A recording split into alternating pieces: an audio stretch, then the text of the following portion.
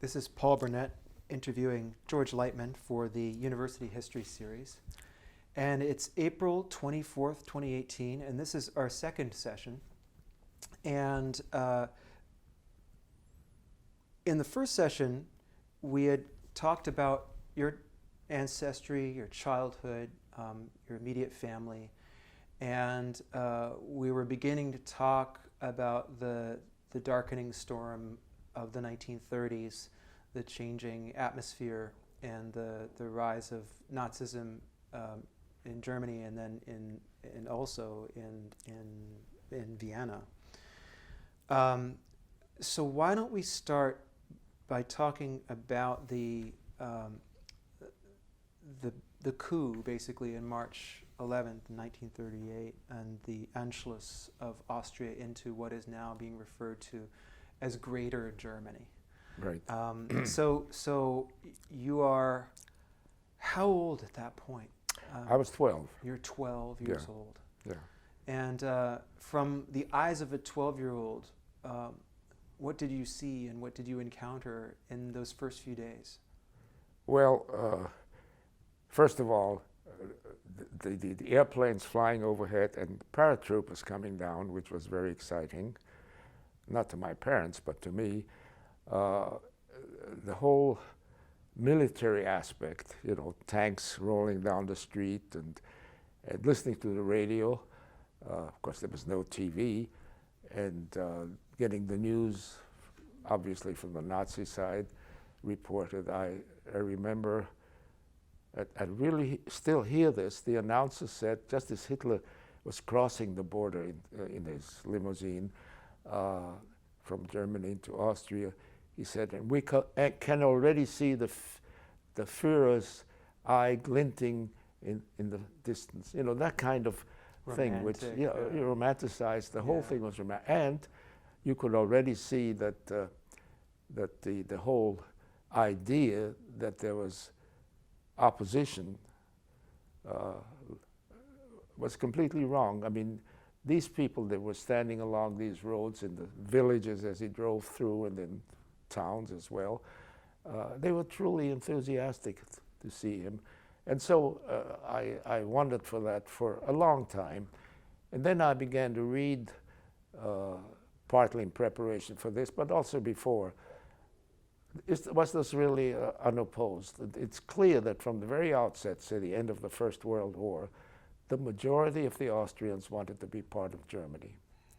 Everything showed that, you know, and understandably, I think, because they lost an empire, and suddenly they were, you know, Switzerland or Romania or something, and they could go back to another 70, 80 million Germans and be again part of an empire.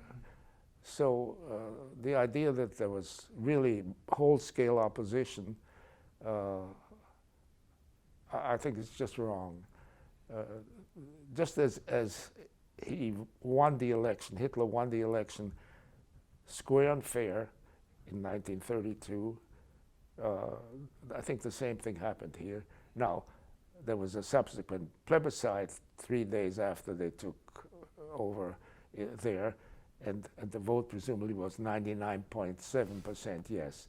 Could have been, because I looked recently at the ballot, and there was a big circle, and it says yes in it, and a small circle that said no, and the ballots had to be handed in. So it wasn't a secret ballot? Yeah, of course not. Yeah.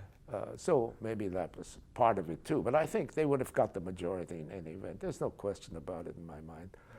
So that really gives the whole background a different picture, you know, different character.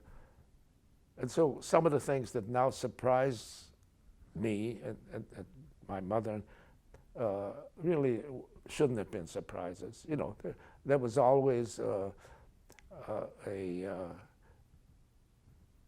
history of, say, anti-Semitism. I think last time we were sort of mentioning why was the second district where most of the Jews lived called Leopoldstadt. Well, it turns out that that was and I just looked that up a couple of weeks ago. That was in honor of Emperor Leopold, still the emperor of the Holy Roman Empire of the German nation.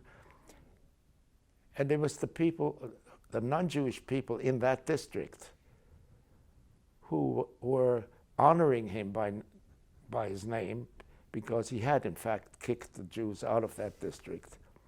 So it wasn't in gratitude by the Jews, but right. by the non-Jews in that district. So the whole color of history really was always dark. There were interludes where the Jews were appreciated, particularly the ones who helped, the government,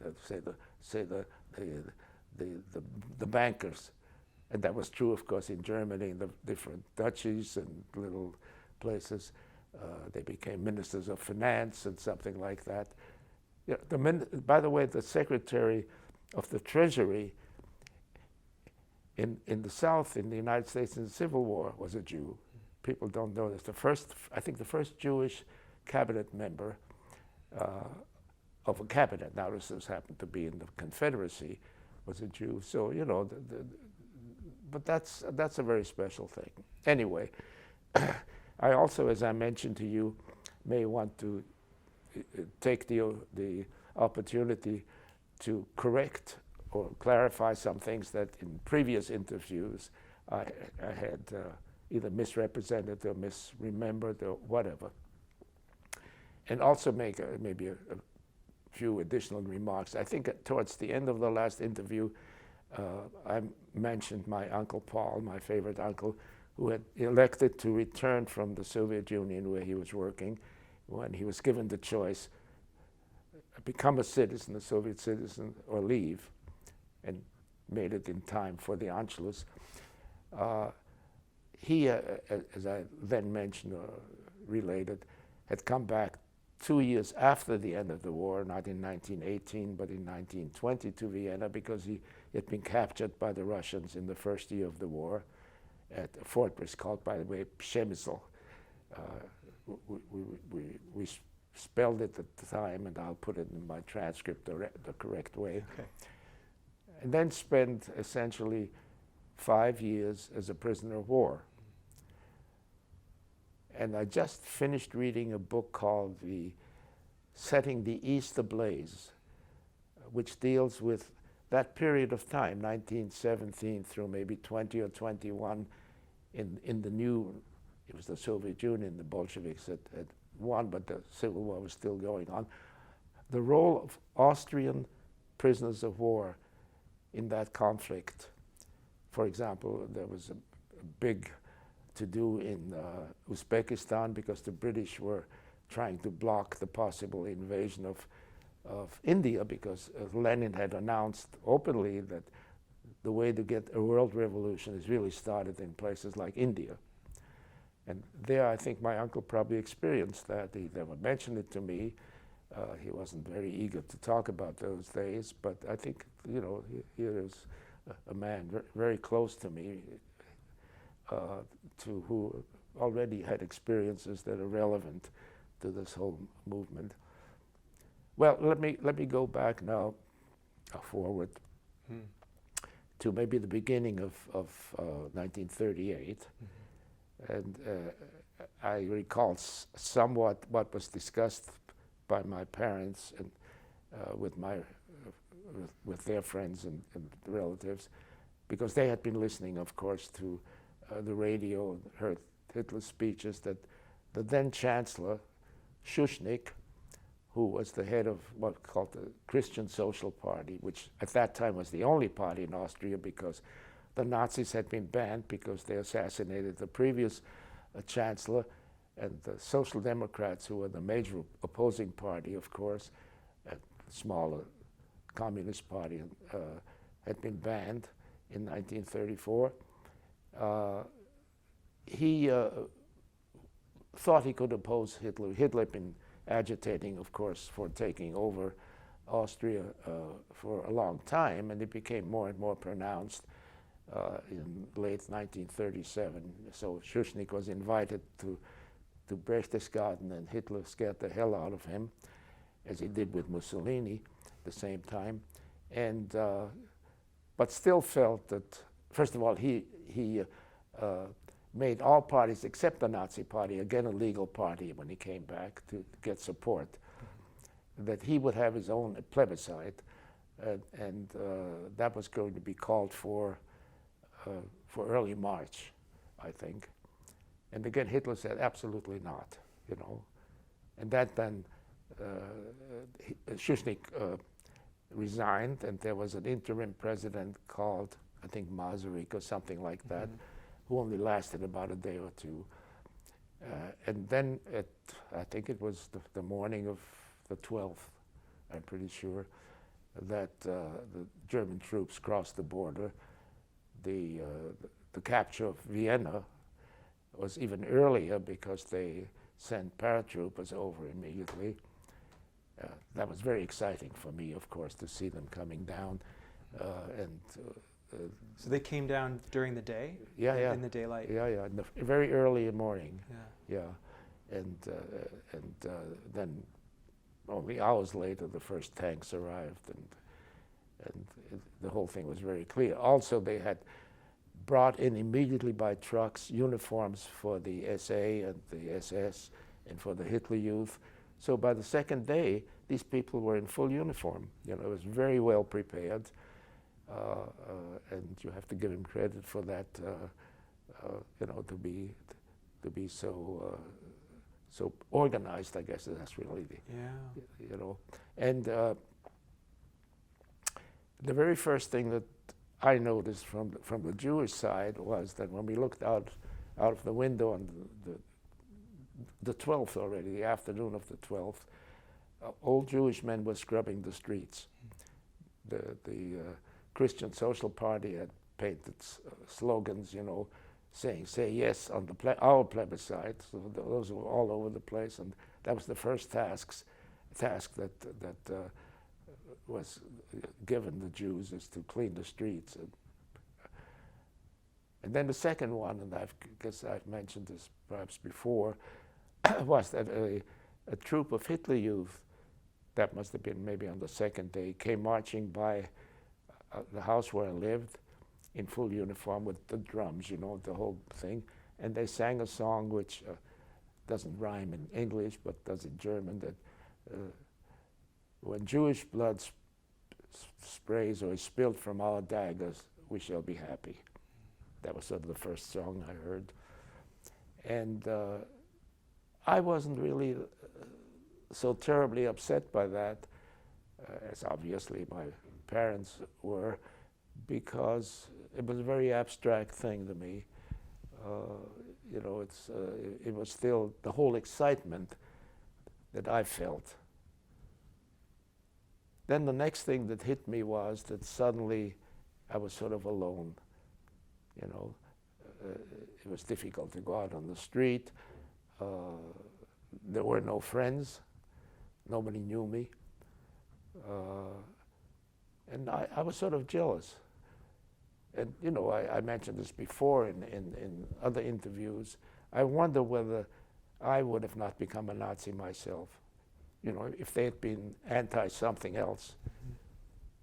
The whole idea of being a member of obviously a powerful and colorful organization was very appealing. You know, I really resented, at that time, of course that changed very quickly, the fact that I was isolated. You know, that was really as I think back of it and have for a long time, that was probably the worst part of the whole initial experience. And what you're describing in those first days was, as you say, very planned. And I've read a number of narratives from different people who experienced that same period. And we're talking the first 5, 6, 7 days.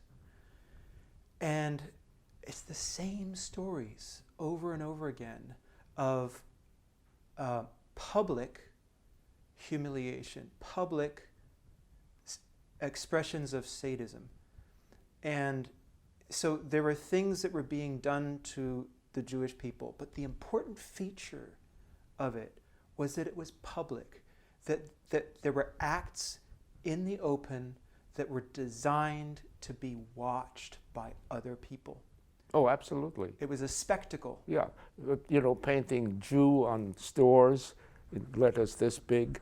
The newspapers that came in, like, for example, Himmler's newspaper, and the whole tone. And it was the old story, which was again not new, because even in the 20s, when there was a reaction to losing the war and all that, the Jews were blamed to some extent because they were supposed to be, they made the money on the war. And then the caricatures came up, and they of course existed already long ago already in some of the caricatures in Great Britain, if you look at some of Rowlandson, for example, had engravings, show Jews with big noses, and always had beards, and they were always somehow associated with, on the one hand, the Jews drank the blood of Christian babies. Right. That's, of course, a story that goes way back. The blood libel.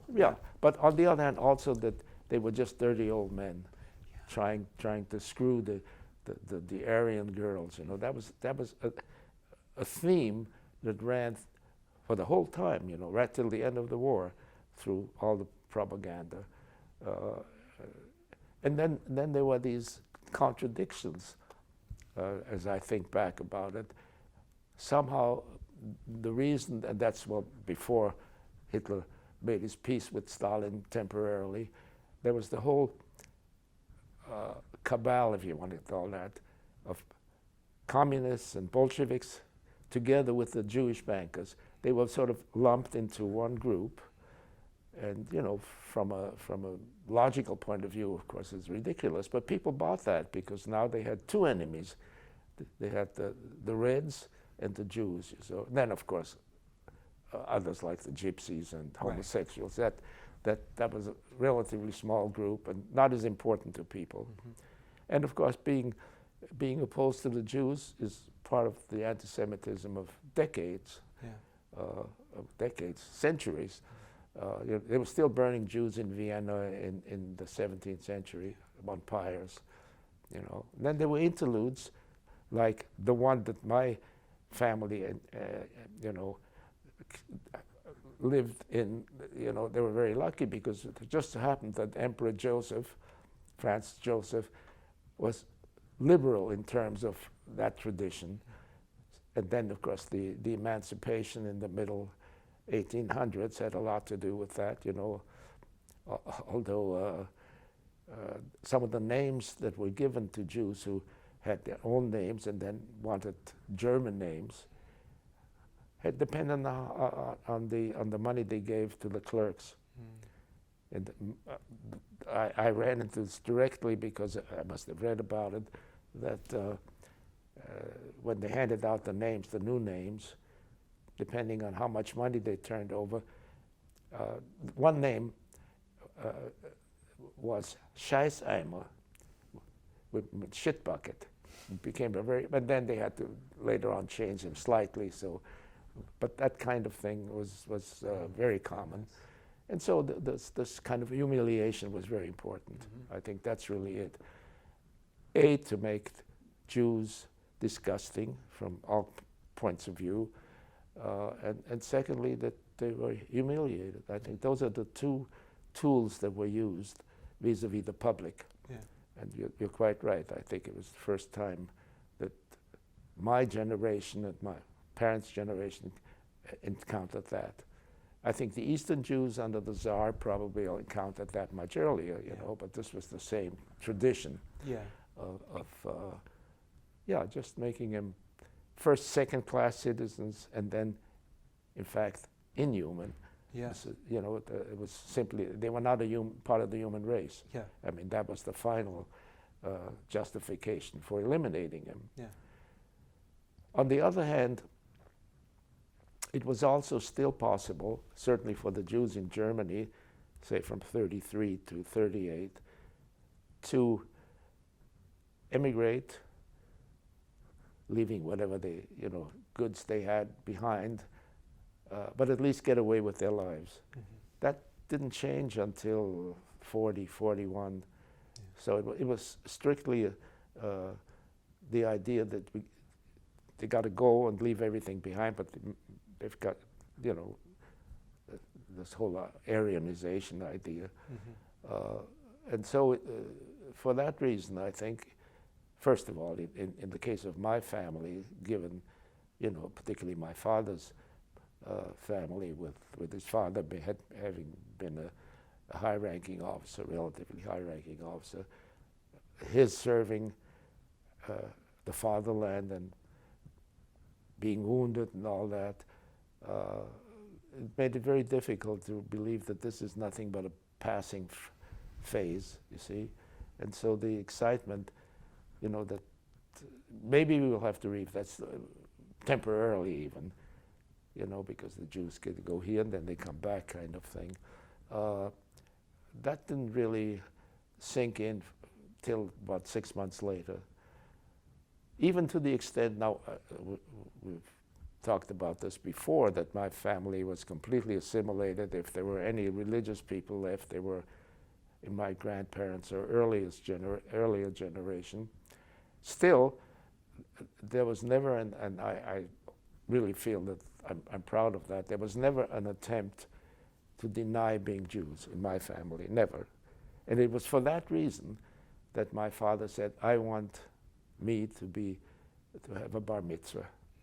You see, we're not going to hide this from anybody. That's, our culture, our tradition doesn't make us orthodox or believers in a larger. I know my father was an agnostic, certainly by his behavior. That I'm very pleased with, and so I was already under the instruction of a rabbi before the Nazis came in, and that continued, and I was able to have a bar mitzvah only about a month after the Nazis came in. They came in mid-March, and I had my bar mitzvah in just before my birthday, so middle of May.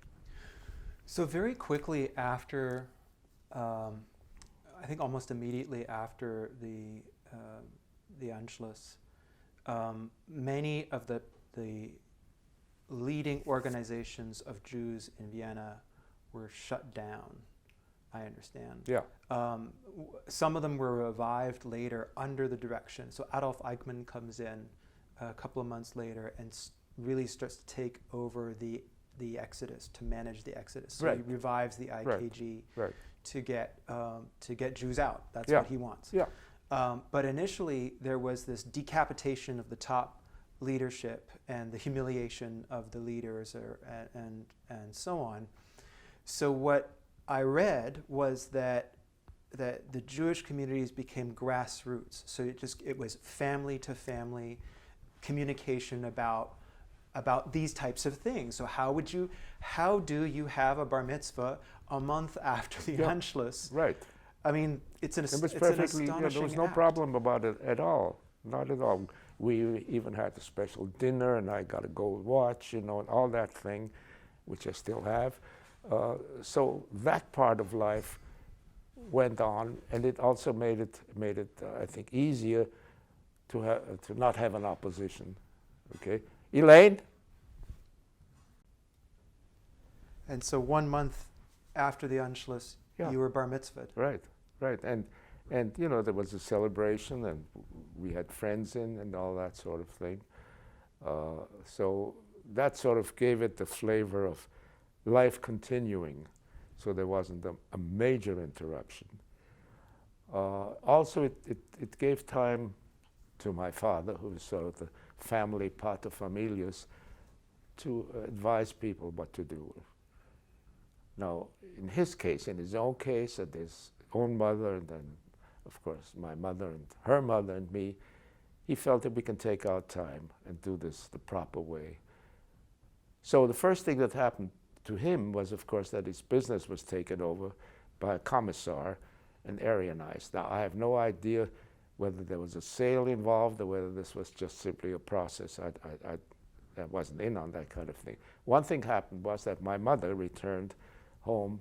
She no longer needed to go to the office. She acted as a help to my father, keeping books and that sort of thing. So she no longer did that. And so I did see my mother essentially on a regular basis. And that also was really necessary because we could no longer employ non-Christians. That was part of the law. So our maid, obviously, no longer could be employed by us. She wasn't happy about that, of course, but the maid. But so my mother started cooking again and all that kind of thing. So that was a change. And the second change that occurred very quickly, within 3 weeks or so, is that I was thrown out of school. I was in the gymnasium, and Jews had no place in the gymnasium, but because that's a higher education thing. So that was a big change. What it allowed me was to, at least before Bar Mitzvah, to study very hard for that.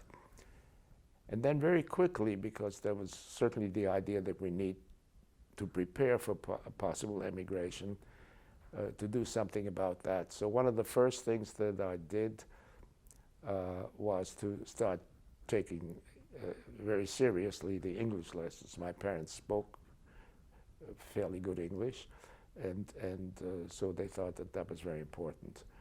My two grandmothers never learned a word of English, and so for me that was the number one task. So do you think they were thinking emigration to the United States at that Yeah, point? because we had relatives Yeah, here, you see. yeah. There was no notion at that time to go, for example, to Palestine. I think the more, there were Jews who already were Zionists before the Anschluss. They, of course, immediately thought of and did go to Palestine. There were other Jews who had relatives in South America, for example, where there was a fairly large, in some of the smaller countries, a relatively large Jewish population. So they had contacts there. There was also the notion that if this is going to be temporary, let's not go too far. That kind of idea of coming back. Mm-hmm. That didn't happen after the Second World War. I just checked yesterday. There are fewer Jews in Austria now than there were at the end of the war, when most of them had been eliminated. It's really interesting. And most of those are actually Jews that came from the Soviet Union. Mm-hmm. So there's essentially no second-generation Jews left in Austria. What is this? This is 70 years after the war.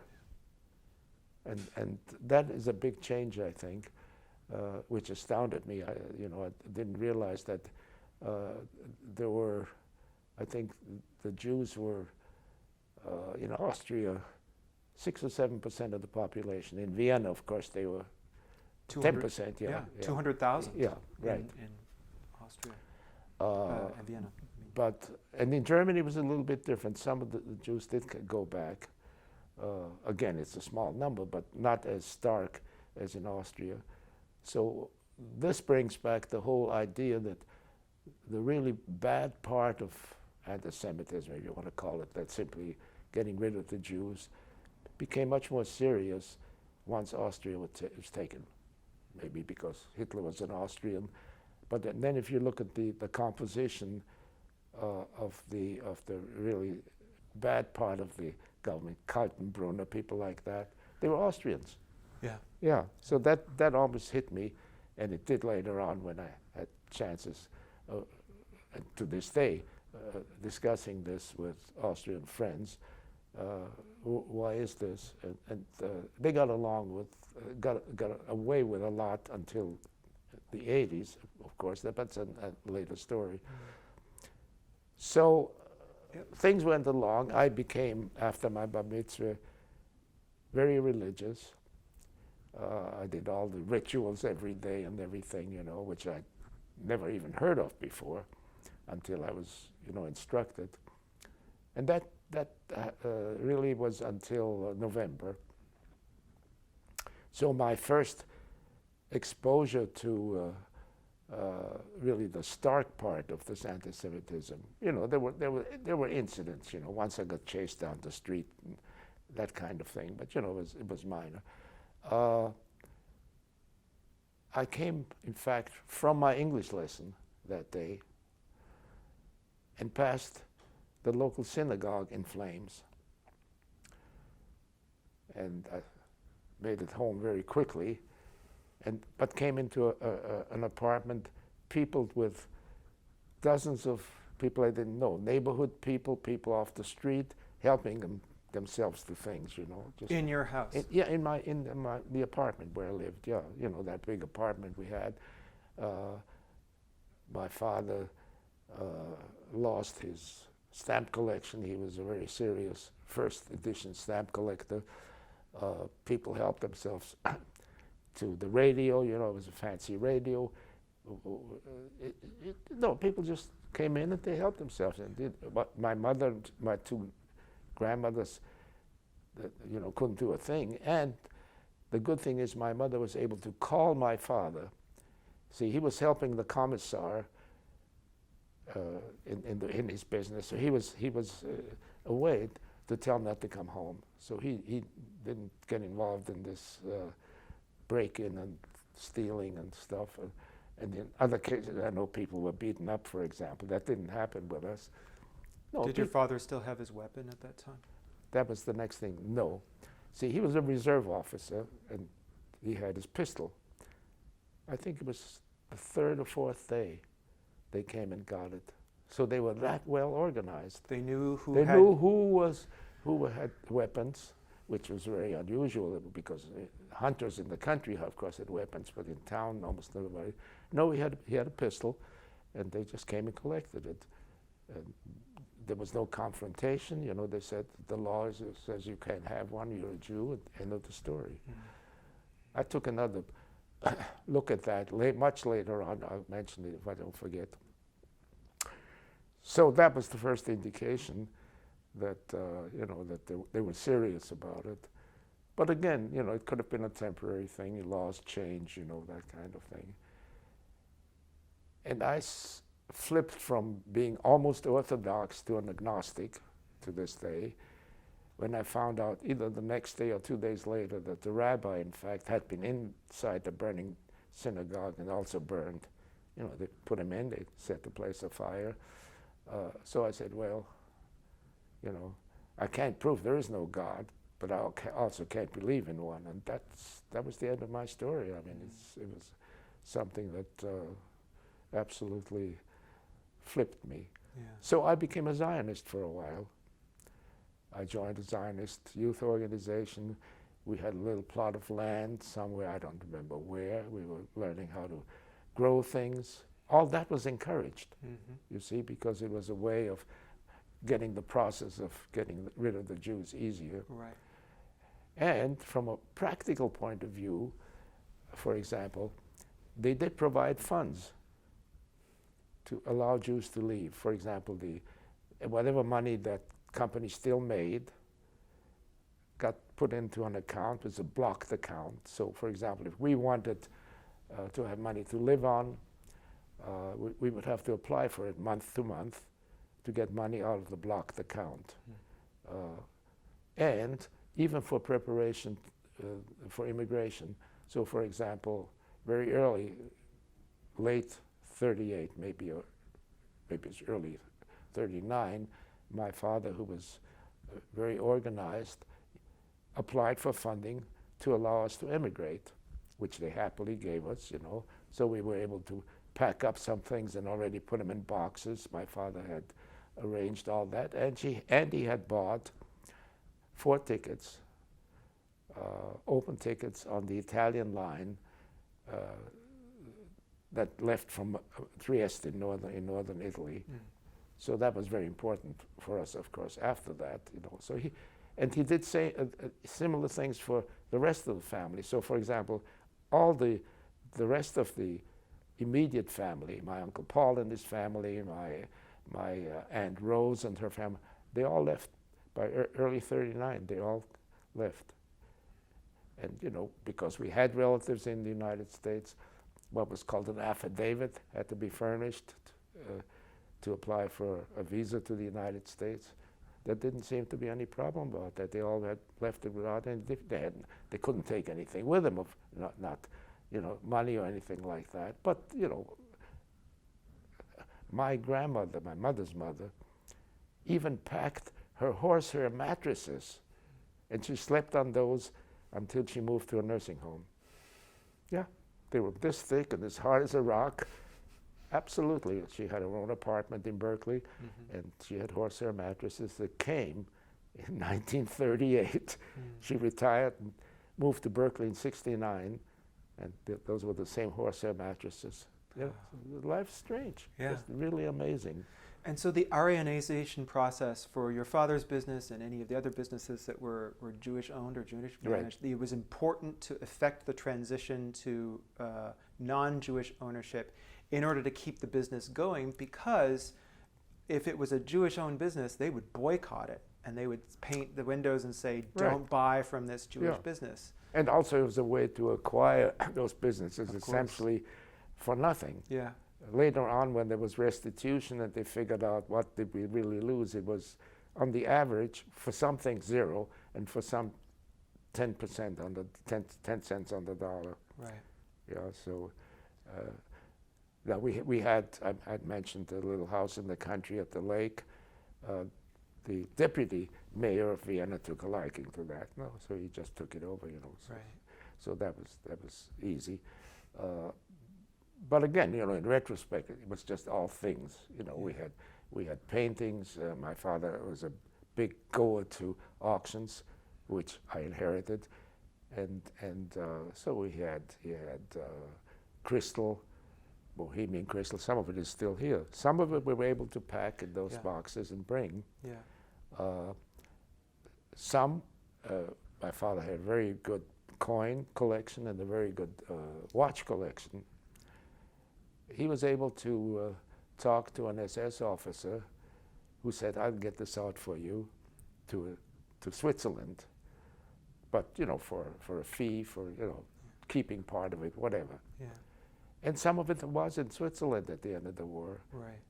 A very small part, but some of it was. And I think this was a clever move on his part, because he knew that we communicated with our relatives, and there was almost the possibility that if we gave him the number of the account in Switzerland, they would go and check.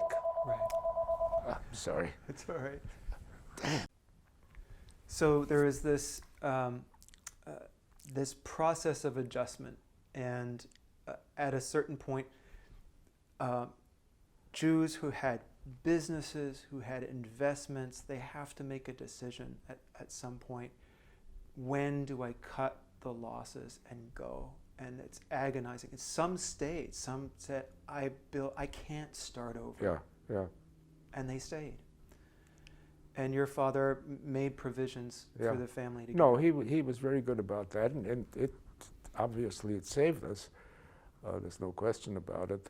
So I think by early '39, all but my father had visas, and we got the affidavit from the Kinspel family in California, and a branch of the family that I never heard of before by the name of Greenspan in New York. And so there was absolutely no problem. And to this day, I'm puzzled why my father didn't. I was given an excuse why he didn't get a visa. If his own mother, his wife, his kid, there was the idea that maybe because he was born in Poland, Austrian part of Poland, that he was considered on the Polish quota. But then I said to myself, I'm pretty sure that his mother was born in Poland, and so why didn't that affect her? So I'm really at a loss why this happened. As a military man, there's the story of you make sure everyone else is safe first, and then you go. Yeah, no, I think that was certainly, he was persuaded strictly by his worry about jeopardizing our lives that finally leave, but there's an interim period here which is perhaps from a very personal point of view, something I remember the most. After the Kristallnacht, so that was November 38, within a month or so, the family that had wanted the apartment house owned by my grandmother, they had a business downstairs, a paint and chemical supplies business. They really wanted that apartment house. And they succeeded, and we were forced to get into one of those forced sales. Once they knew that they owned the apartment house, they just ejected us. I mean, you know. So here were the four of us, my parents, my grandmother, my mother's mother, and I. We moved in with my father's mother, who lived maybe 15, 20 minutes away, right on the street along the Danube Canal, in a very small apartment. She had a one-bedroom apartment, so it was a living room, a bedroom, and a kitchen. And the five of us lived there for the next year and a half, almost. But we made do. That wasn't so bad. I mean, I don't remember being really particularly upset by that. So now we are in 1939.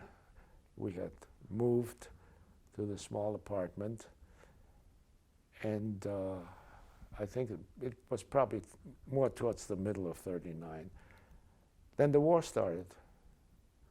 Was it August 39 or something like that, when Poland was invaded? And then things got much worse, almost overnight. First of all, rationing was instituted, and the Jewish rations were exactly a quarter, and in some food items, zero. For example, no meat, period. At least in my experience, I wasn't a vegetarian yet, I would have noticed.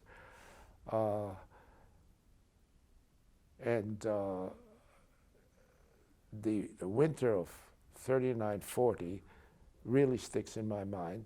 We were in that little apartment, that Jews could not get any heating material. So no coal, no wood. And I remember to this day being sent out with one of those big bags of, you know, stuff that vegetables come in. Like a burlap sack or something. Burlaps, burlap sacks. To run behind the coal trucks to pick up the little pieces of coal and drag it home. And it was a bitter cold winter. One of the worst ones experienced for a long time, apparently. And that was really all we had. You know, we used to be able to pick up pieces of wood and stuff. So that simply the cold. And my grandmother's apartment was in also a very old house and not renovated, so the toilet was in the hallway, and I remember sitting there freezing. No, it's just as if it happened now. I can really feel it. So these little kind of personal hardships, if you want to call them that, you know, it's a relative thing, of course, they stick in my mind and come back, really, in a way. So that was maybe another impetus to say, you know, we've got to stop it. I must have told you the story about one day my father came home very proudly bringing a piece of meat. He had found somebody who would sell him for a lot of money a piece of smoked meat.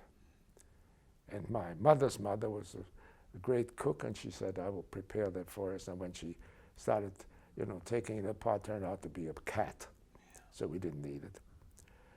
And my grandmother Fanny, she was a real artist. She could make all kinds of things from cauliflower, you know, just if it were meat. And to this day, I love cauliflower. Right. So, so there's this kind of trivial, in a way, memory. But you know, it became pretty clear. By that time, all was early 1940s. It was before the Wannsee conference in early 42, so almost 2 years before that. The final solution. The final solution had not been enunciated Right. yet, but they had begun, in fact. They were picking Jews off the street and deporting them to concentration camps. So those sporadic kinds of things. It wasn't a total, suddenly all of you got to go to Auschwitz, that kind of thing. Yeah. You know, we by that time knew that there were, of course, concentration camps. We already knew in the 30s, you know, but there was no idea that there were, you know, the kinds of camps. You know, nobody knew about ovens and gas and all that, all in the future. But it was clear that it was become very dangerous to stay. And so my father decided he was going to leave. And once he was safe, you know, then we could make use of these tickets, because at that time still the official policy was just get rid. And if you had a way of leaving, they didn't stop you. So he knew the area between Austria and Yugoslavia extremely well. He had served there during the war. He spoke Serbian fluently. And I don't know how he did it, but he was able to find a guide. And he took 4 or 5 other Jewish men with him. They came separately on the train, of course, and they had a meeting place. I think it was a country inn in the those aren't the Alps, they're the Dolomites, I guess. Mm-hmm. So Croatia was the next country in, part of Yugoslavia, of course, at that time. And when my mother retired and moved to California in 1969, she was able to find among her papers, and I wish I could find them, I can't, a little slip that gave the address of that inn and a password. Mm. So there were people, you know, for enough money who would help you. So he made it. You know, we got a telegram saying the book arrived or something from Niš. The additional reasons why my father made for Niš, which was in Serbia, of course, was first of all that during the First World War, after his second wounding, he was in the military hospital in Niš. And my mother had relatives in Niš.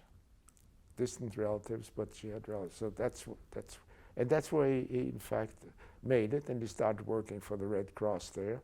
So we still got an occasional card, you know, using the Red Cross channel, until probably a year later. So by the beginning of 41, we stopped hearing from him.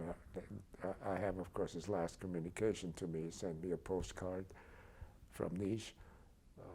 And said, you know, everything is wonderful here. And for him it was, of course, at the time. And, you know, we'll see each other soon, you know, kind of thing. And it was written in English. And I have it. So we didn't hear anything after that, ever again, but finally found out what happened, more or less. So we made it. Must have been maybe 2 weeks after we knew he was safe. We knew he was safe, in quotation marks, and took the train, my mother, my 2 grandmothers, and I, to Trieste. Now we had passports that had the big J's in them, and my mother and 2 grandmothers had the new middle names, which all Jewish women had to be called Sarah. And mine said Israel in the middle, you know. But we weren't stopped. They let us through, you know. We had the legal visas in our passports, so they said, okay, 4 more Jews we're rid of, kind of thing. And I remember and knowing my father was safe. This was, of course, euphoria. And I remember sitting, we stayed maybe 3 or 4 days before, maybe a little longer, in Trieste, waiting for the next liner to the United States, was the SS Saturnia. And sitting on the Grand Place, Piazza Grande in Trieste, at a coffee house and having ice cream. And my mother and my two grandmothers had coffee with whipped cream. And it was almost a new life. Yeah. You know, we hadn't seen anything like that in a couple of years, longer. You know, we weren't allowed to go to the candy, the patisseries in Vienna. Jews weren't simply not allowed. Couldn't sit on park benches. You know, all that was forbidden. So it already was a good beginning. Yeah. You know, I try to say that, you know, hell had stopped personally, and you know, everything after that was wonderful, no matter how difficult it was, like, for example, for my mother. But nonetheless, it was paradise. A weight had been lifted. Simply, you know, life was good again. You know, we had $50 with us. That's all we were allowed to take. But we knew we had relatives to go to, so we'd get along, and it was correct. So we boarded the Saturnia. It left via the Adriatic, of course. First town we stopped at was Dubrovnik, and I have an album with, I started taking photographs, and then the next one was Patrasso, well, that's the, I guess, the Italian name, and all that, you know, was excitement. I mean, we had a small cabin, so the four of us, and I still remember that my two grandmothers had false teeth, and they had them at night in a glass and put fruit around them to stay on on the shelf, you know. You know, that kind, it stuck with me. It's that kind of... The detail, a little detail. Trivial detail, but nonetheless it became part of life. Yeah. I made friends with a girl on aboard, and before that, girls were a mystery to me, and sort of. And you're 14 at this point. I was 14, right. Yeah. Just, yeah. And possessions had been sent, I guess you can't send it anywhere. Is it in storage in Vienna? No, my father had already made contact with a moving company called Spediteur. In Vienna, everything was in French. I mean, half of Viennese is really French. And so the big container, it was probably a container the size of this table, had already been packed and put with us in preparation for eventual emigration. Yeah, so that was sent ahead. Okay. Yeah, that was sent ahead. That awaited us, or eventually arrived in New York. Yeah. Okay. Yeah. So that my grandmother's horsehair mattresses were in there, pots and pans. I mean, crazy things we put in the thing. You know. You know, a couple of paintings we put in there. Trivial one. This one up there by Schindler was in there, and it got here because, you know, that he wasn't a famous artist to the Nazis, you know. Right, it was, you know, decadent art or right. something. Yeah. So anyway, the war was, of course, already on for almost a year, maybe 9 months. Yeah, by that period, it was 6 months, and then August. Yeah, 9 months. So. Right. So we were stopped by a British submarine off Gibraltar. I remember that very well. Wow. It was exciting to see it come up, you know, and then the landing boat came over. They were checking the passenger list, and they took some Germans off. Yeah. Wow. Because they were looking for spies or looking for... I don't know what. Right. You know, all I know is that we got, you know, we had German passports. I guess they knew what the J was. I don't know. Right. Anyway, we were clearly two old ladies, and you know, next stop was actually Lisbon. We stopped in Lisbon. That was the last stop in Europe, and almost missed the boat. My grandmother stayed aboard, and my mother and I said we had a day. We'll do some sightseeing, and almost couldn't find our way back to the to the dock. Almost got stuck in Lisbon. That's another one of these little experiences. Yeah, but we made it. Yeah. And I think it was a 5 or 6 days trip from Lisbon. It was a fairly large boat. It was about 30,000 tons. The Italian line had two of them, the Vulcania and the Saturnia. This was the Vulcania. This was the Saturnia. Okay. And arrived in New York then. I think, I don't remember the Statue of Liberty, or we didn't have to go through Ellis Island. We arrived on the dock, I think in the Hudson actually. You know, there were docks there. Right. And disembarked, and disembarked, and you were disembarked, and I was absolutely crushed. I couldn't see any Indians. No, this is still, you know, your idea of the United States was the West. Yeah, right. And my favorite reading, Hitler's also, by the way, you know, Tom Mix, was Karl May. He was the famous author, and I read many of his books. I remember the name Winnetou, Old Shatterhand.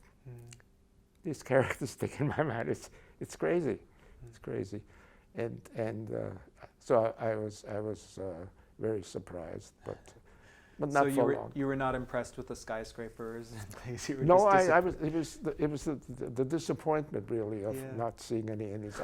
There was an elevator going by, and I figured maybe Indians are up there or something. And no, it was very bad. And then we stayed a couple of weeks with Aunt Rose. In fact, they had moved into an apartment in the Bronx. So I found my cousins again, my 3 cousins, and my Aunt Rose and Uncle Fritz. And so it was wonderful. Yeah. Well, so many Jews who tried to get to the United States were at a certain point turned away. And but in your case, it was A, early enough in the process, and B, you had relatives who provided some kind of a sponsorship for you. Yeah, I'm sure that, you know, that there are these really egregious ones. There was a boatload of children that was turned away. You know, they had these children's transports from Holland and into Great Britain and so on. The whole boatload got sent back, and they all got killed. Yeah. So some wrenching experiences, and you know, in that early period, there's in Vienna there was Adolf Eichmann develops his expertise, as it were. Heydrich is involved, and after that, Eichmann goes to head up the Gestapo. So there's like, you know, there's a sense in which there was some experimentation in cruelty taking place in Vienna, and you and your family and others were subjected to that. Yeah, but with preparation. Yeah. You know, because the real final solution wasn't enunciated till I think February '42 at the Wannsee conference, and again there was no public announcement about this. You know, only public announcements were after von Rath had been killed and caused presumably the Kristallnacht. Right. There was a tax imposed on the Jews and that kind of thing. But you know, it was it was minor in comparison what was in store for us. Right. You know. Well, you land with some of your family safely in New York City, and when I was thinking about your biography, I was thinking an adolescent boy, 14 years old is when, if people are thinking about do they stay together or get divorced, they say it's a bad time to get divorced because that's such a formative age. Here you are, family is not completely together, and the world is in crisis. And I want to ask you about coping with that, and the role of your mother and your grandmother and your family. How do you get through those years? Well, we were still thinking that my father was safe, of course, you know, because the Germans marched into Yugoslavia in '41. So we had, and so we still heard from him. So that part of it was actually the major concern. My mother became a cleaning lady for about a year, and then the preparations for the war and eventually the war in the United States, and that she got a job in a company that made industrial diamonds, also in fact owned by a refugee family. She was a very strong woman. She never made me feel that she was sacrificing anything for me. For example, first thing she did is she got me a bicycle. I think it cost $5. It was a Raleigh, a single-speed Raleigh. And I biked all over town, all the way into Manhattan. We lived eventually in Queens. The whole thing was as if we'd gone to paradise. I mean, I can't characterize it any other way. I immediately enrolled in high school, only 3 or 4 weeks left, and did very well. Got an A+ in Latin after what they thought was 3 weeks of schooling. They didn't know that I had almost 3 years of Latin. Didn't disabuse them. And it was great. You know, I can't characterize it any other way that it was a happy time. Yeah. You know, my Uncle Paul, we finally moved in with him and his family for about a month. The high school I went to was almost across the street from there. We got an apartment in Jackson Heights, and in an apartment house. I think it was on 72nd Street, 3715. See, the number popped into my mind just now, and my mother got a very nice little apartment. So my mother, her mother, my grandmother Fanny, and I lived in this little apartment. I slept on the couch in the living room. They had a bedroom. It was rent controlled, and I know that because when my mother moved in '69 here, she paid the same rent that she paid in 1940 in New York. Like it was $72. Yeah, you know, it's as you said, paradise. No, it really was. And then my mother got this good job, so you know, we didn't live, you know, high and grand, but you know, we had everything we wanted. There's no question about it. And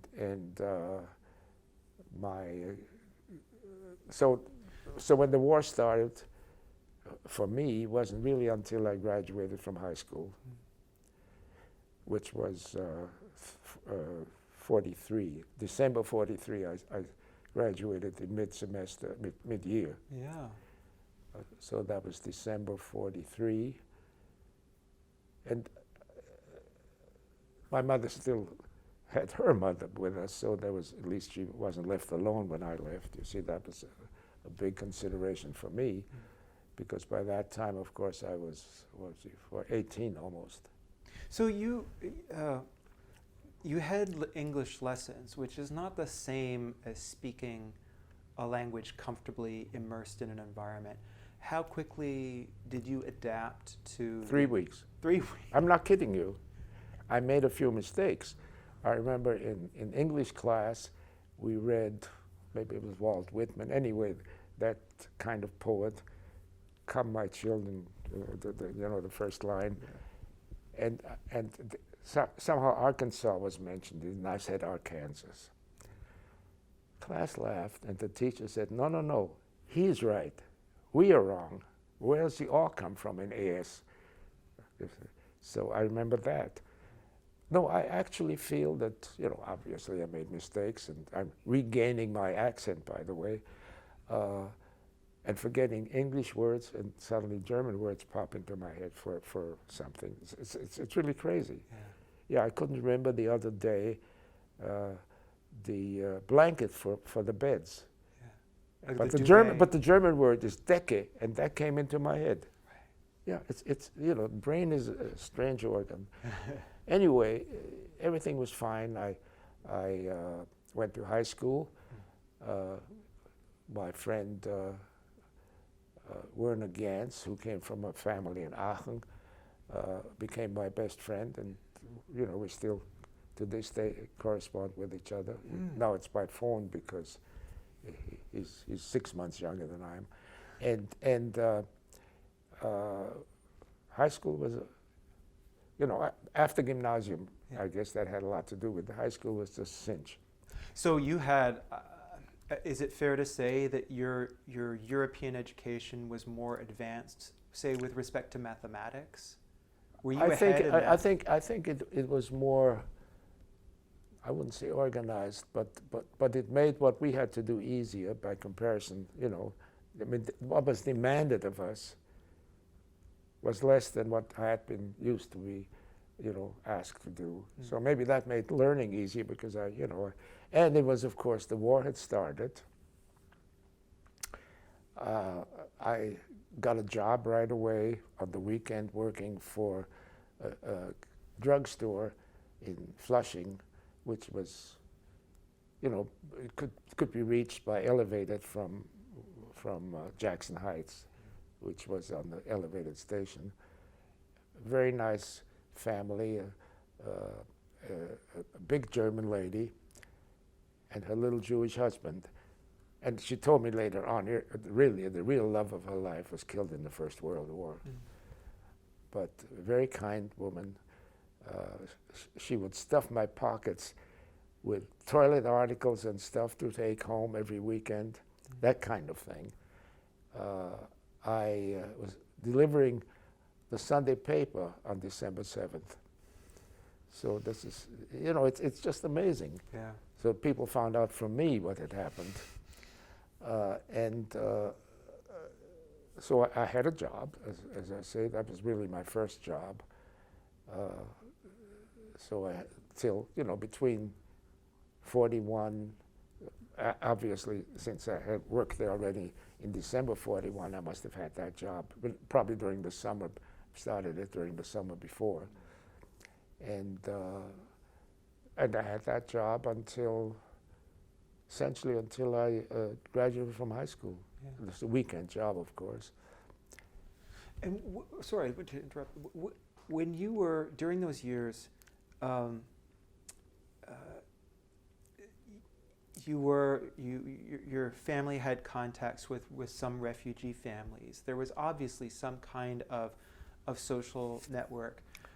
Did you encounter anti-Semitism in New York at that time, or was it just... Well, there was some of it obvious because it was legal. For example, you could refuse Jews, blacks, other people. Legally, you could refuse to rent to them. And I still remember that when we were looking for an apartment, my mother, A, was looking for one that was inexpensive, but B, that was not restricted because the word in the ad was restricted. That's what that meant. See, it was a key word that immediately told you don't even try. Yeah, see? So that certainly was an aspect of anti-Semitism. But other than that, I can't think of, for example, in school, never encountered that. We by that time, of course, knew better what was going on in Europe because the newspapers reported it and so on. I found out later on there was a certain amount of social anti-Semitism, of course, in the United States. Even President Roosevelt suffered from that. He loved Jewish jokes, Maybe a number of his cabinet ministers were Jews, but there was still that kind of social anti-Semitism. And quotas in the colleges. And quotas, for example, right? Yeah. That kind of thing, particularly in medical school, particularly. There are just too many Jewish doctors, everybody knows that. But I never felt it personally, no. not once. And in the newsreels and news reports, as the United States, I mean, December 7th is, there was not a lot of enthusiasm for going to war initially, but Pearl Harbor changes that. And when the United States gets involved in the war, and you're still in school, how was the fight framed in the press? How was it, and how did people talk about it when the United States was now going to go to war against? Well, there were of course very strong factions. Yeah. There were the anti-war or isolationist group, which was very strong, and we knew about that. Of course, there were the Jewish newspapers in New York that talked about that. There was a newspaper called it was a German newspaper, Vorwärts or something like that, which we got just to see what was going on in that part of the world. So we knew about isolationism, we knew about Father Coughlin, for example, that kind of thing. So, but didn't experience it personally. See, it was always, we knew that it existed, weren't even surprised, frankly. Right. But never suffered personally from it. My mother didn't ever not get a job because she was Jewish, that kind of thing, and we weren't, not allowed to rent. Wasn't a highfalutin neighborhood, but so I thought about it because you asked me that. I can't think of a personal incidents that would make me believe that. There was the knowledge that this wasn't an anti-Semitism-free country. Right. But then, we knew that where is there one, so that wasn't surprising. Right. And it sounds like your mother protected you in the sense that she wanted you to have a normal childhood. Oh, absolutely. And adolescence. Yeah, it was really adolescence by that time. Yeah. As I discovered girls in high school, so everything was, the world was great. That's right. And my mother's job were fairly well paid. She later on, after the war, they didn't need industrial diamonds anymore. She worked for costume jewelry company. She became a designer and all that. So she was the forelady there, and it was. She was a very strong and very pragmatic person. By that time, we had very little hope that my father had survived, because right after, in the late 40s, she wrote to the Red Cross, and they informed her that if my father was in Nice, the chances of survival would have been very small, because it was well known that people got wiped out in that. But there was nothing specific. That came later. And so she became officially a widow at, I think, the age of 38, and stayed a widow for 54 years. Yeah, very interesting. Well, so you graduate high school in December of 43. Right. Already there's the Allies are in North Africa and are making their way towards when they land in Sicily in 43. 43, I think. Yeah. And so they're making their way that way. What was next for you? Did you get a job after high school? Are you subject to the draft? Yes. At that point. Oh yes. Okay. Again, an irony.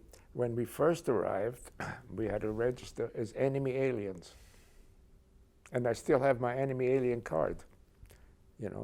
Sort of. It never did anything bad to us, but that's what we were, enemy aliens, because we had German passports. So the bureaucracy always sort of has interesting little quirks to it. Depending on whether you're needed for a specific. Well, that also, even the Tsar suddenly loved the Jews. Remember, there was a big announcement that he made. It was called "To My Dear Jews." In fact, is what it was called. And this was when? This was in the well, it's the First World War, of Yeah, course, yeah, but the war started, and suddenly, "To my dear Jews," yes. And it's all relative. Yeah. Yeah. But just personally, I had a very good time because my favorite uncle was alive. We spent a lot of time with him and his family. My cousin Elfriede, called Elfie, and he had a very good job. He was the technical director of a big brewery in New Jersey. So they bought a house in those days. Probably cost $2,500 or something, but whatever. And we spent lots of time. I have all kinds of pictures. I was always performing little tricks. I turn wheels. That was my big thing. But so when I graduated, the graduation was in December. I knew that I was going to go in the Army. I wanted to do that, but I did want to also explore whether I could get a profession in the process. And there was a program in the U.S. Army. You could apply for that. I think it was either the V5 or V8 program. I have to look it up. To get trained as an engineer. I applied for that, and what came out of that is that when I was inducted, they put me on an engineer battalion. Of course, that wasn't, but that was fine. I loved Army food. It's crazy, it's really crazy. I caught pneumonia the first week, keeled over at Reveille. It was in New Jersey before we got shipped to basic training. Got good treatment, all that was, not a problem. What's the base in New Jersey that you were at? I'm trying to remember. I don't really remember the one in New Jersey. We were there only a couple of weeks. Yeah, okay. Yeah, it was a transition camp. Right. But then we got sent to Colorado Camp Carson. It's now called Fort Carson. All the camps got to be forts after a while. Right. And it was, so it was a combat engineer battalion that went into basic training there. And again, I really had a good time in the Army. Yeah. I as I say, I loved the food. I became a corporal, I think, while I was in basic training. And every Friday afternoon, before people could go and pass, they had to spend an hour with me. I became the information NCO, discuss the week's news. That's where I found out that presumably the Red Army had prostitutes for their soldiers. And I remember all my fellow GIs were terribly interested in that. And so I tried to find out. I wrote a letter to the Soviet embassy. So that must have been between maybe February, March, and June 44. Yeah. So just before the invasion, and they answered. When I got a letter back, with the return address, embassy of the USSR, Union of Soviet, and I got one answer, one line answer. The information you have is incorrect. Well, so this is it's like so you're doing your basic training and your advanced training, February, March. This is already the build-up to D-Day. No. Basically, D-Day actually occurred before we went into advanced training. Okay. Yeah. So we advanced June training. of 44. Yeah, right. Yeah. Advanced training was at Fort Leonard Wood in Missouri, and I became a citizen there. Because in those days, you could not be sent overseas without being a citizen. That's obviously no longer true, but yeah.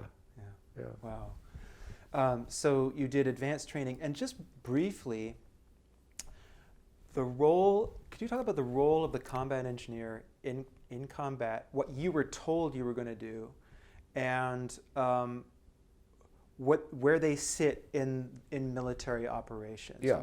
Yeah. Well, they're a little bit worse off than the infantry, because the ordinary engineers were essentially construction companies. Combat engineers were supposed to go ahead of the infantry to clear mines, to repair bridges, to ferry infantry across rivers, to build pontoon bridges, that sort of thing. And I was put into the reconnaissance section of that battalion, which goes ahead of the. But it was actually safer. Oh, okay. Because it was usually just a jeep driver and I, and the idea was for us not to be caught, because we were supposed to find out what was going on. So when we heard gunfire, we hid, because it would destroy, and I didn't have to work as hard. Okay, so wait, why is that safer? Well, because you could hide. When you start hearing shooting, your job was not to participate. What the hell? The two of you weren't going to be able to do anything. Right. And so your job was to find out what was going on and report it. And we didn't have wireless radios in those days. Right. So the idea was, you hear shooting, you'll go hide. Right. And also the thing about radios too, are you, because you could have had a wireless radio, I suppose. We certainly didn't have them. Okay. I'm wondering if they would also give away your position. If you well, were possibly so. Yeah. No, we're still stringing wire. Yeah. Yeah. Jeez. Yeah. So, nonetheless, vulnerable to sniper fire. Oh, sure. In fact, I ran into this once. Some sniper was shooting at us from a church tower, but that's piddling. That's. It's a part of the job. Yeah, no, in fact, I tried to, the other day, enumerate all the situations I got into that I could have easily got killed in and didn't. Mm-hmm. I mean, it's surprising. Yeah. For example, we already had people killed in basic training because we used live ammunition. We had one part of it was to learn in infiltration. And we had an obstacle course using live ammunition. You had to crawl and get on the barbed wire and stuff and keep your ass down. And the machine guns were automatic machine guns that were spraying, maybe this high above us, so 2-3 feet. Yeah. And we had, this was an advanced basic training. Somebody very close to me rolled over into a ditch and there was a snake in it. He jumped up and he just cut in half, because those machine guns were automatic; they couldn't be turned off. It was a night course, and every 5th round was a flare, Oh, so they had tracers. Tracers, right? Yeah. So you could see, And we had one person killed in the what's called village fighting, who got shot in the back. And what was village fighting? Well, that's the idea of to infiltrate. How to take house to house kind of thing. It was called village fighting, and we used live ammunition. And that was training for village fighting. Yes. So I think the first 2 casualties I came across were during training. Yeah. So that poor guy that got shot in the back. Well, first of all, the M1 was vicious. Made a big hole when it exited. Yeah. But we didn't have an ambulance standing by. He was hauled back to the first aid station in a truck. Yeah. And interesting sort of little sidelights at Camp Carson. There was also a part in the camp. There was a German prisoner of war part to that camp, and it was the Africa Corps. And that's another thing I remember. We had to go out into the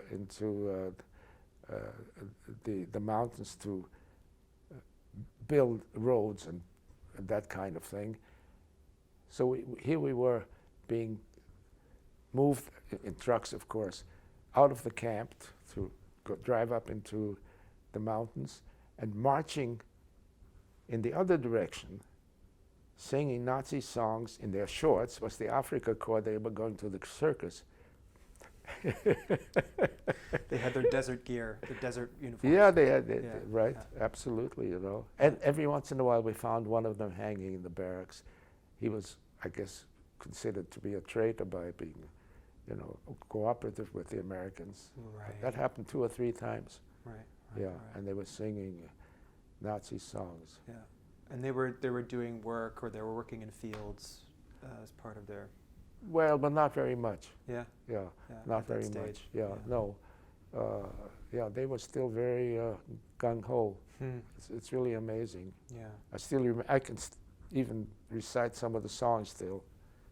That you would. Yeah. Yeah. Den wir fahren gegen England. You know, that kind of stuff sticks in the mind. What does that translate to? Yeah, we're going towards England, you know, this kind of thing. Right. They were planning the invasion, of course. At that time, they were Right. still planning the invasion of England. Right. So they were sure they were going to win the war. No question about it. So that, and I guess it wasn't until October that we were actually being shipped over to Europe. Okay. So it was well after D-Day. We still landed on the beach. Right. Yeah, because we got about another 6 weeks of training in England. So this must have been early December. Again, a very cold winter. And 2 things really that stick in my mind. We were moving towards the British coast to cross the Channel. And every once in a while the troop train would stop at a station. And those nice English ladies would, in the middle of the night, 2 o'clock in the morning, stand there and hand out tea. But of course the Americans, it looked like coffee to them. They spat it out right in front of them. Yeah, this sticks in my mind. Wow. Yeah. So we were transported across the Channel on a Polish motor ship called the SS Sobieski.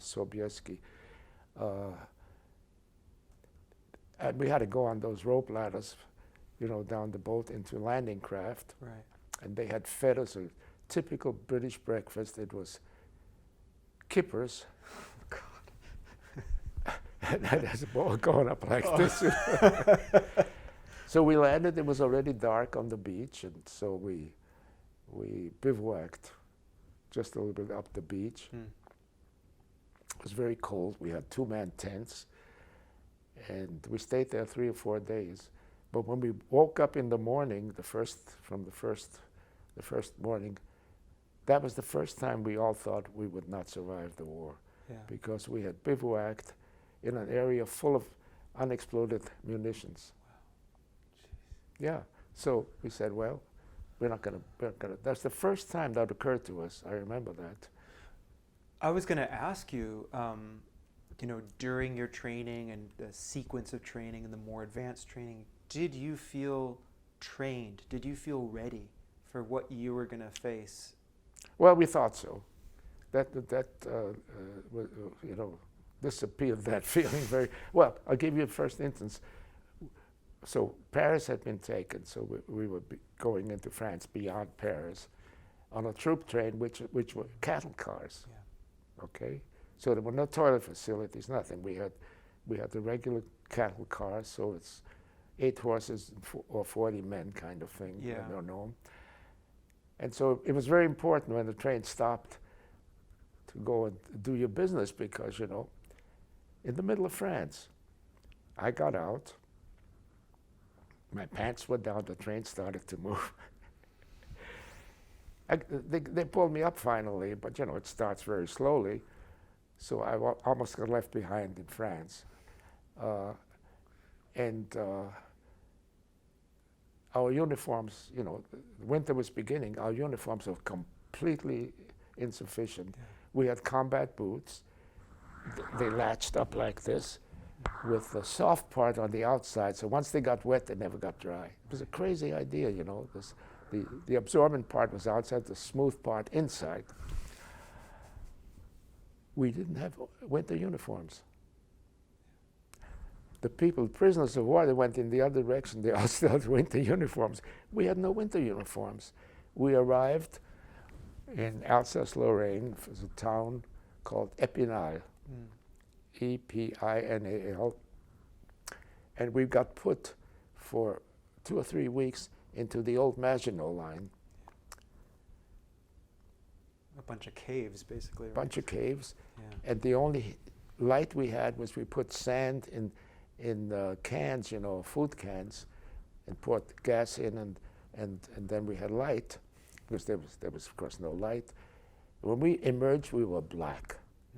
We hadn't washed in 2 weeks or something like that, and so we finally got out after a couple of weeks. And so the first thing they did for us, they did have a unit that gave you a shower, gave you 5 minutes to take a shower, and you got new uniforms. So as soon as they did the uniforms, they just threw at you, you know, fit or not, you know. Right. Look at you and say, yeah, you know. And I really needed a shave and a haircut. So I found a barber shop that was open, and of course that had been part of Germany by that time, and for the young people, of course, were all trained in German. So I got this nice haircut, and the barber was going to shave me with a straight razor, and he was assisted by his daughter, who must have been in her 20s. And of course, I was a GI as far as they were concerned. I didn't speak German, and as he had his straight razor across my throat, she said to him in German, "Why don't you cut his throat?"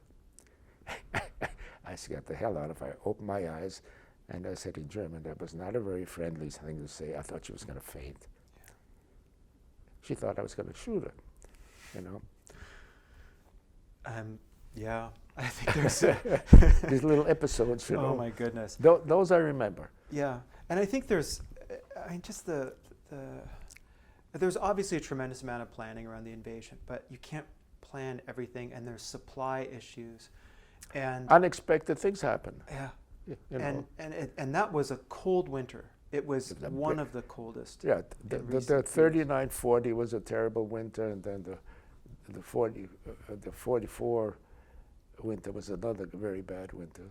So you shipped to the UK in July or August of 44, and then you're in France in December of 44. And I'm trying to think, so the Battle of the Bulge had started. Okay. So as a matter of fact, we thought that's where we were going. Okay. Yeah, right. Okay. So right. this is the fighting is in northeastern France, and the front is across into Belgium. Right. And there's the Bulge is this counterattack that the right. Germans. The last really big battle. Yeah. Right. They drive through the middle and they create this bulge in the line that goes. The weather in. was bad, so the Air Force couldn't be used. You see, so we couldn't drop bombs on the Germans, and the Germans actually retook about 40 miles of territory. Yeah, they got pretty close back to the coast by that time, because there the coast is much closer in Belgium. And it wasn't until the weather cleared that we could bomb the hell out of them, and then of course that was the end of that. Right. But and so in fact we did not go to the Battle of the Bulge. We went to a neighboring battle. There were two. There's a veteran where I live now who was a veteran in the Battle of the Bulge, and we almost met because we were only about 50 miles apart. Anyway, the French were coming up from the Mediterranean. They had landed in France from the Mediterranean. It was the first French army, Rhine and Danube, their patch. In fact, it's on my uniform. We were attached to the first French army because they had no tank dozers. And combat engineers had tank dozers. And so we got attached to them. And those are used for clearing mines mostly. And obstacles. Yeah. Right. And so again, there's certain little things that stick in my mind. We had a crazy executive officer in that battalion, Major Spence, whose idea was the way you find mines is to drive into the field. And if there's a mine, and that happened to us. Fortunately, I was in the back of the Jeep, but the Jeep driver got killed, and he got very badly. Major Spence was in the hospital for months after that. He was a nut. Did he feel like he needed to do that to inspire the men? I or don't think so. was He was. like I think he was just a nut. You know. I mean,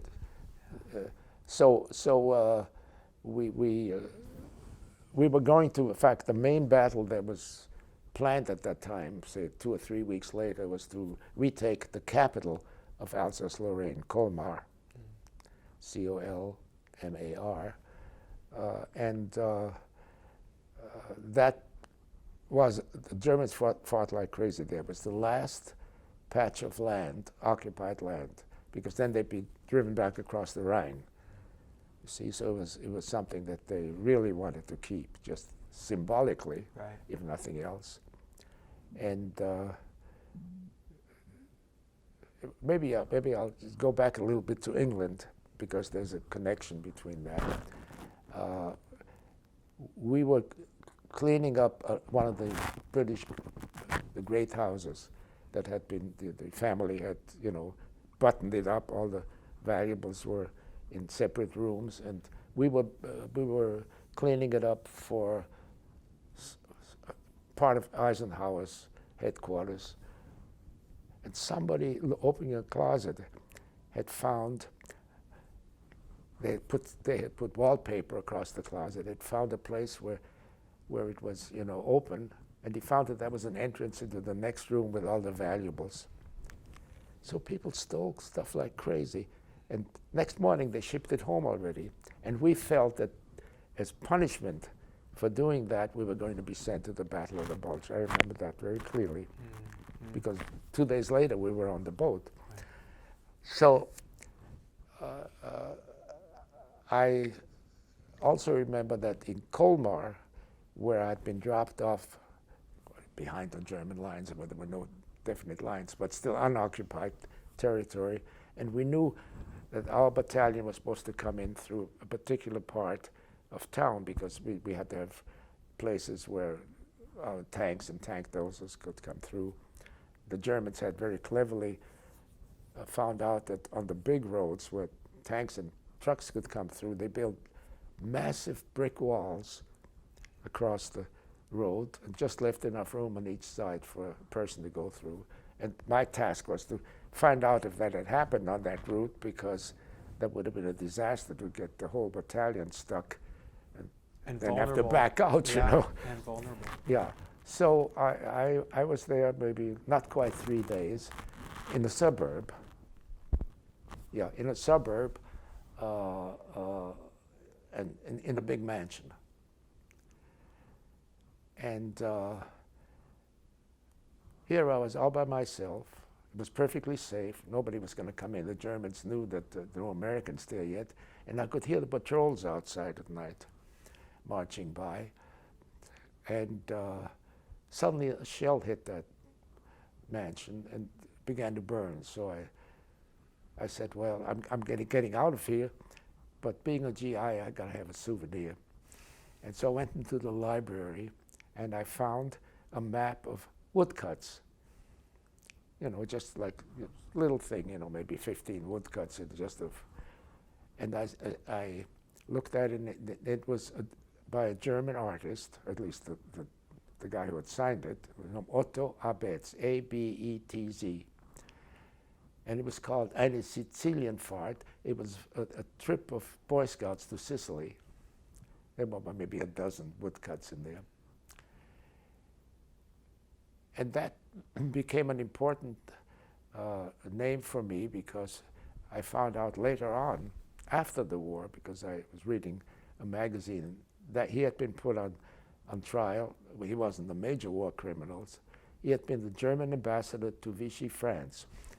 Now, when he was an artist, that was in the late 20s, and he was a Francophile. He was a big, that's why they made him the ambassador to Vichy, France, you see. And then he became also some other big wheel then thing, Otto Abetz. So that, but, and I'll leave that for a later story. He came up even before that again. So Otto Abetz came to me 3 times. Yeah, very strange. Wow. So you were in advance of the forces, trying to determine the route. They sent the Jeep driver and the Jeep back and just left me behind. You know. How did you feel about that? I wasn't scared. It was very exciting. You know, how old was I? I was 1945. Was it 45? Yeah. No, I could. Yeah, I was 45. Early 45. Yeah. Yeah. I mean, at this point, the Germans are in retreat, but they're. So I was 20. Yeah. Right. Yeah. Born in 25. Right. Yeah, 20. And just a question about lines, because you think of the First World War as these really rigid, solid lines. There was no trench warfare. Yeah, there were these open spaces and highly mobile forces. Yeah, there'd be your troops here, and an hour later there'd be other guys there driving through. Everybody was moving. You know? There was no real station. There were periods where there was stationarity. For example, at that time, once we reached the German border, it was right after Colmar, we went maybe 20 miles north, and that was the border between France, Belgium, and Germany, in a town called Sarreguemines, which in French is Sarreguemines. And there we were almost 2 weeks in preparation for the attack through what was called the Siegfried Line, sort of the counterpart of the Maginot Line. And as engineers, that was important. We built a bridge there because it was still, for the Germans, possible to bomb us. So that bridge had been blown up by a German plane, but one of the last few that was able to do that. And I also had a girlfriend there. That's a funny story because the Germans were exactly a block away. And somehow I made friends with, her name was Jeanette, and she convinced her parents to stay in the basement at night because, you know, it was dangerous to be up there. So that was very good. And I crawled on my stomach across the street because the Germans were only a block away to get there. You know, it sticks in my mind. And I have a picture of her. I still have a picture of her. Yeah. So. So in a sense, in amidst all of this death and destruction, there's and life. danger. There's life. There's life and a vitality. You felt alive. Yes, absolutely. You know, it was scary in a certain sense, but you know, for a 20-year-old, it's very exciting. Yeah. You know, I can see how people become enthusiastic. Now, in trench warfare, I can see that you couldn't become enthusiastic, but when it was this kind of thing that, you know, things were moving, most of the time, you just sat there because, you know, nothing was happening. Nothing was happening. Yeah. You know, sometimes for days. Yeah. You know, so, it was really very different. So that, yeah. Go ahead. And was Colmar? I read in Building Bridges to Victory that Colmar was there was some village fighting in there. Was that outside? There was a town called Kaisersberg, on the way to Colmar. Okay. There were certainly skirmishes, that kind of thing, but there was nothing really stationary. The Germans really wanted to hold that town, and they did something very clever, which we should have thought about. The town was badly damaged, but the place to stay were the public buildings, a school, the bivouac, you know. It was a town, so you didn't have to sleep in a tent. Right. And I think maybe the second or third night after my unit came through, we spent the night in, I think it was a school. So there was another thing, you know, I said, how come I didn't get killed, you know? I woke up in the morning, didn't hear a thing, you know. The Germans had zeroed in all the big public buildings because they thought that's where the Americans are going to, you know, bivouac. And the roof was gone. I slept through the whole thing. I opened up, I was in the attic, I had a sleeping bag, and I had all that over my head. I pushed it down, I was in the open. That happened twice. There, and then later on when we crossed the Main River. But just somehow goes with the whole territory. And I don't remember any time when I think the other guys, felt really that was going to be their end. You know, everybody believed that they're going to make it. Right. Is there an adaptation to danger? Do you feel that you kind of adapt, like you get I think so, particularly if you make it, you know. Yeah. I think the worst part of that winter for me was that I got frostbite. And I have it today. Today, my feet are as cold as can be, you know, because my dorsal arteries were clogged. And so, you know, 70 plus years later, I can still feel the war in my feet. Yeah, no, it's really true. Yeah, yeah. So, no, I don't think so. There were things that bothered me simply from a human point of view. The kind of inhumanity that creeps in. You know, when we've finally got through the Siegfried line, personally I never fired a shot. I had a few times. We were ferrying infantry across the Main River in pontoon boats, and then landed because the bridge had been established in a town called Worms, W-O-R-M-S. Yeah. So the trucks could come across by that time because we put a pontoon bridge in, and so tanks couldn't, but the trucks could come through. And again, we got to a place, clearing, and pulled into the clearing to go rest that night. You know, the one thing is you sleep well because you're so damn exhausted. I think that's one thing. And I woke up in the morning, and it must have been daylight, but it looked still very dark.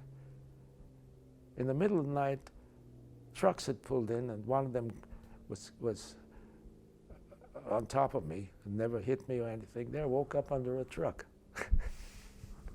You know, maybe I have a guardian angel. Who the hell knows? You know, it's really, and that happened. That kind of thing happened a number of times, even after that. Yeah. Yeah. And there was, you know, in reading that book and other just tales, there was, you know, often the enemy is abstract. It's you're trying to achieve objectives. You're trying to take ground. You're trying to, and you're just given these orders. Yeah, it's very rare that you see him in person. Yeah. Yeah. But there, you know, that of course it happened, but yeah. And sometimes, you know, there was a story of Germans who surrendered to a platoon, and they were just very ingratiating, and they immediately asked for cigarettes. Yeah. And the American soldier raised his rifle right to them. He just wanted to shoot them right on the spot because of something that had just happened, where a bunch of his buddies had been killed. Yeah, yeah. I think that kind of gut reaction happened, of course, but it wasn't the normal kind of operation. The Germans very often, as policy, did that kind of thing. For example, during the Battle of the Bulge, they didn't take prisoners. You know, somebody surrendered, they just shot him. Not as a personal thing, and those were the orders. Right. Because they couldn't afford to take prisoners, send them back, you know. They're in retreat. Yeah, logistics didn't allow that. Right. So there are two aspects to that, of course. But, you know, and this is, you know, I volunteered for a number of years, and I still did, this year did it, with a middle school. Prospect Sierra, yeah. Very good school. And they have a yearly project on the Second World War, and they're supposed to interview eyewitnesses, not just during the war, but for example, people who are in Japanese internment camps, that kind of thing, very important thing. And you know, there are not too many of us left. And I always try to make a case. I said, the war is not parades. You know, it's just hell, no matter how you look at it. It may not be, you know, a personal hell, but just the whole idea. And I remember, for example, I was on a little reconnaissance with my driver again, and we came to a stream. This was still in Sarreguemines. We're doing still reconnaissance before the Siegfried line, right. And came to a little rubber raft with bloody water in it. And we had found out that there were 2 Americans who had been shot there and bled to death in that boat, you know. So that happened, but yeah. It wasn't any prolonged thing like the First World War must have been incredible, you know. Yeah. you go over the top and get mowed down right away, kind of thing. And Right. And the shelling and the shelling and living yeah. in the mud for weeks, you Right. know, getting all kinds of diseases and stuff. There was very little of that. There was a little of that maybe in the Pacific, Yeah. when they landed on islands and that kind of thing, but there wasn't too much of that. You know, it usually got very bad when there was an offensive like the Bulge, you know, when they came in with a lot of tanks and stuff, and obviously many people got killed that way, but there wasn't that kind of thing of just sitting there waiting to die. Right. Yeah. Yeah. Yeah, so It was fast moving Yeah. for you, definitely. Yeah. For you and and Yeah. the people you were with. yeah, Things- and the war was essentially won, yeah. you know, which made a lot of psychological difference. I mean, we never had any doubt about the fact that the war was over, you know. I mean, it didn't mean you weren't going to get killed, but the war was over. Right. you Right. know. Well, perhaps we should pause, and we're now actually in the story. We're entering German territory at okay. this point, and Yeah. then we'll pick up next time. Okay, we do what, 2 hours already? That's right. Wow, this went faster than the first one.